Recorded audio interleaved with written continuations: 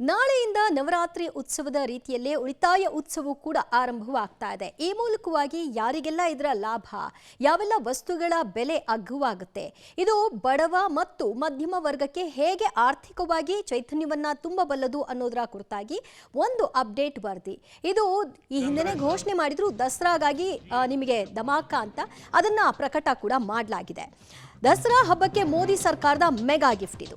ನಾಳೆಯಿಂದ ಉಳಿತಾಯದ ಉತ್ಸವದ ಪರ್ವ ಆರಂಭಗೊಳ್ಳಲಿದೆ. ದೇಶವಾಸಿಗಳಿಗೆ ಪ್ರಧಾನಿ ಮೋದಿ ಅವರು ಒಂದು ಸಂದೇಶವನ್ನು ಕೂಡ ಕೊಟ್ಟಿದ್ದಾರೆ. ನಾಳೆಯಿಂದ ದಿನ ಬಳಕೆ ವಸ್ತುಗಳೇನಿದೆ ಎಲ್ಲವೂ ಕೂಡ ಅಗ್ಗವಾಗುತ್ತೆ. ಯಾವ ವಸ್ತುಗಳು ಅನ್ನೋದನ್ನ ಎಕ್ಸಾಂಪಲ್ ಸಮೇತ ಕೊಡ್ತೀವಿ. GST ಇನ್ನು ಮುಂದೆ 2 ಸ್ಲ್ಯಾಬ್ಗಳಲ್ಲಿ ಇರುತ್ತೆ. GST ಇಲ್ಲಿಯವರೆಗೂ ಎಲ್ಲದಕ್ಕೂ ಕೂಡ GST ಈಗ 2 ಸ್ಲ್ಯಾಬ್ ಮಾಡೋದ್ರಿಂದ ಯಾವ ಸ್ಲ್ಯಾಬ್ನ ಅಡಿಯಲ್ಲಿ ಯಾವುದೆಲ್ಲ ಲಾಭದಾಯಕವಾಗುತ್ತೆ ಅನ್ನೋದರ ಬಗ್ಗೆ ಅಪ್ಡೇಟ್. 90% ವಸ್ತುಗಳ ಬೆಲೆ ಇಳಿಕೆಯಾಗುತ್ತೆ ಈ ಮೂಲಕವಾಗಿ. ಈ ಮೂಲಕ ಬಡವರು ಮಧ್ಯಮ ವರ್ಗದವರ ಬದುಕಲ್ಲಿ ಭಾರಿ ಬದಲಾವಣೆಯಂತೂ ನಿರೀಕ್ಷೆ ಮಾಡಬಹುದು. ಎಲ್ರಿಗೂ ಕೂಡ GSTಯನ್ನ ಜಾರಿಗೆ ತಂದ ನಂತರದಲ್ಲಿ ಇದ್ದಂತಹ ಅಪಸ್ವರ, ಬೇಸರ, ಪ್ರತಿಯೊಂದಕ್ಕೂ GSTಯನ್ನ ತತ್ತಬೇಕು ಅಂತ. ಈಗ ಹಾಗಾದ್ರೆ ದರ ಇಳಿಕೆಯಾಗುವಂತಹ ವಸ್ತುಗಳು ಯಾವ್ಯಾವು ಅನ್ನೋದನ್ನ 1 by 1 ನೋಡೋಣ. ಫ್ರಿಡ್ಜ್, ಹೊಸ ದರ, ಹಳೆಯ ದರ ಮತ್ತು ಈಗ ಬದಲಾವಣೆಯ ಮೂಲಕವಾಗಿ ಆಗುವಂತಹ ಸ್ಲ್ಯಾಬ್ಗಳೇನು ಅದೆಲ್ಲವನ್ನು ಕೂಡ ಸ್ಕ್ರೀನಲ್ಲಿ ನೋಡ್ತಾ ಇದ್ರಿ. ಫ್ರಿಡ್ಜ್ ಹಳೆಯ GST ಇದ್ದಿದ್ದು 28%, ಈಗ ಅದನ್ನು 18%ನ ಅಡಿಗೆ ತಂದಿದ್ದಾರೆ. ಅದರ ಪರಿಣಾಮವಾಗಿ ಹಳೆ ದರ 30,000 ಇದ್ದರೆ ಈಗ 18% ಸ್ಲ್ಯಾಬ್ಗೆ GST ಸ್ಲ್ಯಾಬ್ಗೆ ಬರೋದ್ರಿಂದ ನೂತನ ದರ 27,000 ರೂಪಾಯಿ ಆಗುತ್ತೆ. ಇನ್ನು TV 28% ಇತ್ತು, 18% ಸ್ಲ್ಯಾಬ್ಗೆ ಬರ್ತಾ ಇದೆ. ಆ ಕಾರಣ ಅದು ಕೂಡ 30 ಇದ್ದದ್ದು 27,000 ರೂಪಾಯಿಯ TV ಲಭ್ಯತೆ ಇದೆ. ಅಂದರೆ ಇದೆಲ್ಲವೂ ಕೂಡ ಎಕ್ಸಾಕ್ಟ್ ಆಗಿ ಯಾವ TV ತಗೊಂಡ್ರೂ ಕೂಡ ಇಷ್ಟೇ ಅಂತಲ್ಲ, ಅಂದಾಜು ಬೆಲೆ ನಿಮ್ಗೆ ಹೇಳ್ತಾ ಇದ್ದೀವಿ. TVಯಲ್ಲೂ ಗಾತ್ರ, ಅದರ ಕ್ವಾಲಿಟಿ ಇತ್ಯಾದಿ ಅದ್ರ ಮೇಲೆಲ್ಲ ಡಿಪೆಂಡ್ ಆಗುತ್ತೆ. ಇನ್ನು ಸಾಮಾನ್ಯ ಬೈಕ್ನ ದರ 28% GST ಇತ್ತು, ಅದು 18 ಆಗುತ್ತೆ. ಮತ್ತು ಸಾಮಾನ್ಯ ಕಾರು ಕೂಡ 28 ಇತ್ತು, ಈಗ 18ಕ್ಕೆ ಬರ್ತಾ ಇದೆ. ಅದರ ಪರಿಣಾಮವಾಗಿ ಹಳೆ ದರ ಏನಿತ್ತು, ಹೊಸ ದರ ಏನೆಲ್ಲ ಬದಲಾವಣೆ ಆಗುತ್ತೆ ಅಂದಾಜು ಅನ್ನೋದನ್ನ ನೀವು ಸ್ಕ್ರೀನಲ್ಲಿ ಗಮನಿಸ್ತಾ ಇದ್ರಿ.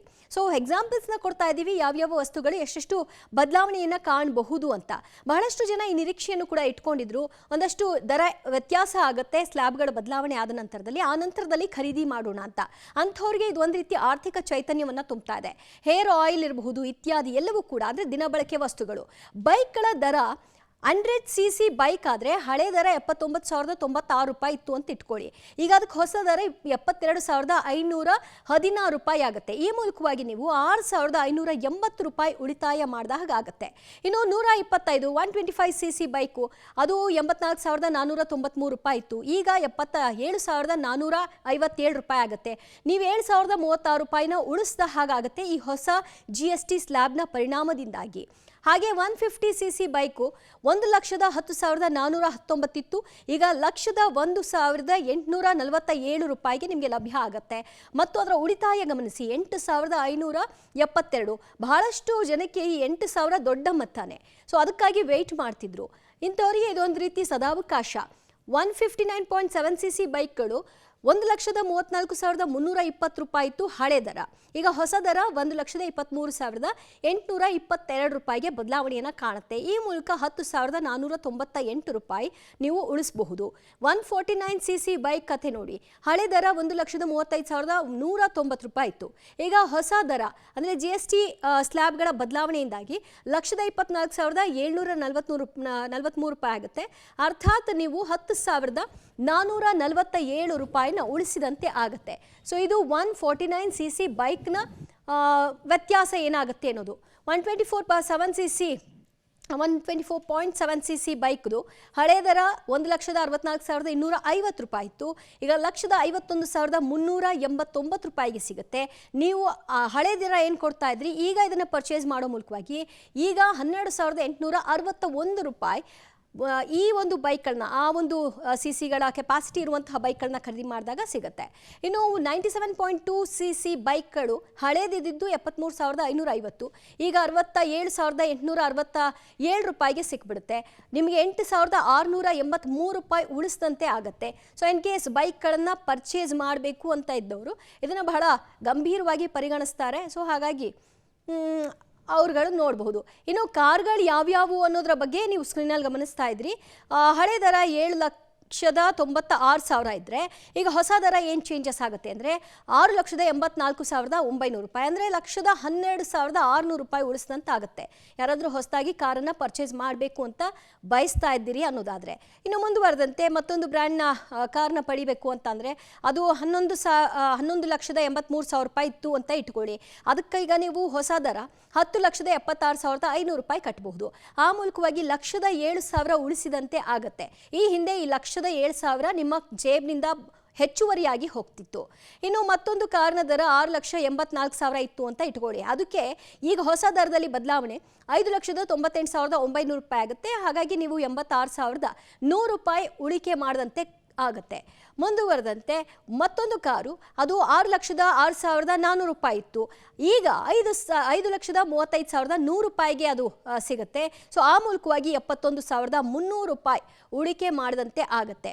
ನೆಕ್ಸ್ಟ್ 5,64,000 ಬಜೆಟ್ ನಾವು ನೋಡ್ತಾ ಇದ್ದೀವಿ ಕಾರ್ನಲ್ಲಿ ಅಂದರೆ ಈಗ ನಿಮಗೆ 94,100 ರೂಪಾಯಿ ಉಳಿಸಿದಂತಾಗುತ್ತೆ. ಕಾರಣ ಹೊಸ ದರದಲ್ಲಿ 4,69,900 ರೂಪಾಯಿಗೆ ಆ ಬಜೆಟ್ನಲ್ಲಿರುವಂತಹ ಕಾರ್ನಲ್ಲಿ ವ್ಯತ್ಯಾಸವನ್ನು ನೀವು ಕಾಣಬಹುದಾಗಿದೆ. ಶೇಕಡ ಈ ಬದಲಾವಣೆಯನ್ನು ತರ್ತಾ ಇರೋದ್ರಿಂದ 90% ಮಂದಿ ಬಹಳಷ್ಟು ಖುಷಿಯಾಗಿದ್ದಾರೆ. ಮತ್ತು 5,64,000 ಕಾರು ಅಂತ ಇಟ್ಕೊಳ್ಳಿ, 5,83,500 ರೂಪಾಯಿನ ಕಾರು ಅದು 4,98,900 ರೂಪಾಯಿಗೆ ಸಿಗುತ್ತೆ. ಅರ್ಥಾತ್ ನೀವು 84,600 ರೂಪಾಯಿಯನ್ನು ಉಳಿಸ್ಕೊಂಡಂತೆ ಆಗತ್ತೆ. ಸೊ ಇದೆಲ್ಲವೂ ಕೂಡ ನಿಮ್ಮ ಜೇಬಿಗೆ ಕತ್ತರಿ ಬೀಳ್ತಾ ಇದ್ದಂತಹ ದುಬಾರಿ ಕಾರಿನ ಒಂದು ವಿಚಾರ. ದುಬಾರಿ ಅಂದರೆ ಇದನ್ನೇ ನಾವು ದುಬಾರಿ ಅಂದ್ಕೊಳ್ತಾ ಇದ್ವಿ ಬಡವ ಮತ್ತು ಮಧ್ಯಮ ವರ್ಗದವರು. ಆದರೆ ಇನ್ನಷ್ಟು ದುಬಾರಿ ಕಾರ್ಗಳೇನಿದೆ ಅದು ಹೆಚ್ಚುವರಿ ಸ್ಲ್ಯಾಬ್ಗೆ ಬರುತ್ತೆ 40.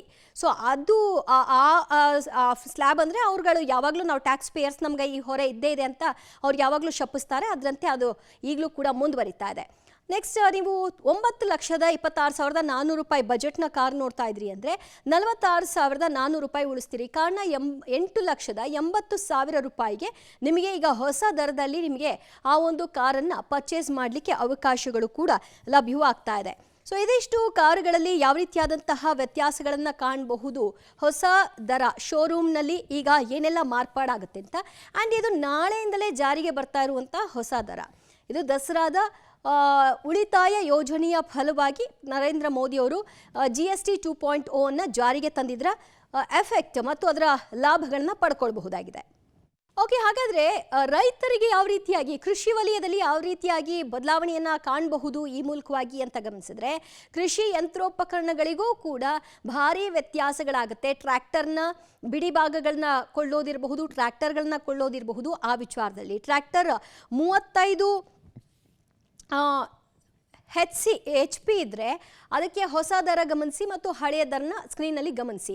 ಸೊ 7,20,000 ಅದರ ರೇಟ್ ಇತ್ತು ಅಂದರೆ ನೀವು 45,000 ಉಳಿಸ್ತಾ ಇದ್ದೀರಿ. ಯಾಕಂದರೆ ಈಗ ನೀವು ಹೊಸ ದರದಲ್ಲಿ 6,75,000 ಕೊಡ್ತೀರಿ. ಇನ್ನು ಟ್ರ್ಯಾಕ್ಟರ್ ಏನಿದೆ 50 HP ಇದು, ಅದು ನೋಡಿ 8.5 ಲಕ್ಷ ಇತ್ತು ಅಂತ ಇಟ್ಕೊಳ್ಳಿ. ಈಗ ಅದಕ್ಕೆ ನೀವು ಕೊಡೋದು 7,97,000 ಅಂದರೆ ಆಲ್ಮೋಸ್ಟ್ 53,000 ನೀವು ಉಳಿಸ್ಕೊಂಡಂತಾಯಿತು. ಅದನ್ನು ಇನ್ನೆಲ್ಲೋ ನೀವು ಇನ್ವೆಸ್ಟ್ ಮಾಡಲಿಕ್ಕೆ ಲಾಭ ಆಗುತ್ತೆ ನೋಡಿ. ಇನ್ನು 75 HP ಟ್ರ್ಯಾಕ್ಟರ್ನ ಕಥೆ ಅದು ಬರೋಬ್ಬರಿ 10 ಲಕ್ಷ ಇತ್ತು, 10 ಲಕ್ಷ ಕೈಯಿಂದ ಹೋಗ್ತಾ ಇತ್ತು. ಬಟ್ ಈಗ ನಿಮಗೆ 63 ಲಕ್ಷ ಉಳಿಕೆ 63,000 ಉಳಿತಾಯವಾಗುತ್ತೆ. ಕಾರಣ 9,37,000ಕ್ಕೆ ಹೊಸ ಟ್ರ್ಯಾಕ್ಟರ್ನ ಆ ಒಂದು HP ನೀವು ಪಡ್ಕೊಳ್ಬಹುದು. ಇನ್ನು ಮತ್ತು ಪವರ್ ಟಿಲ್ಲರ್ 13 HP ಏನಿದೆ ಅದು 1,90,000 ಇತ್ತು. ಈಗ 1,78,125 ರೂಪಾಯಿ ಹೊಸ ದರ ಅಂದರೆ 11,875 ರೂಪಾಯಿ ಉಳಿತಾಯ ಆಗುತ್ತೆ. ಭತ್ತದ ಕಸಿ ಯಂತ್ರಗಳನ್ನು ಕೂಡ ನೀವು ಈಗ ಪರ್ಚೇಸ್ ಮಾಡಬೇಕು ಅಂತ ಬಯಸ್ತಿದ್ರೆ 15,400 ರೂಪಾಯಿ ವ್ಯತ್ಯಾಸಗಳನ್ನು ನೀವು ಕಾಣಬಹುದಾಗಿದೆ ಹಳೆ ದರ ಮತ್ತು ಹೊಸ ದರದ ವಿಚಾರದಲ್ಲಿ. ಹಳೆ ದರ 2,41,000 ಇತ್ತು.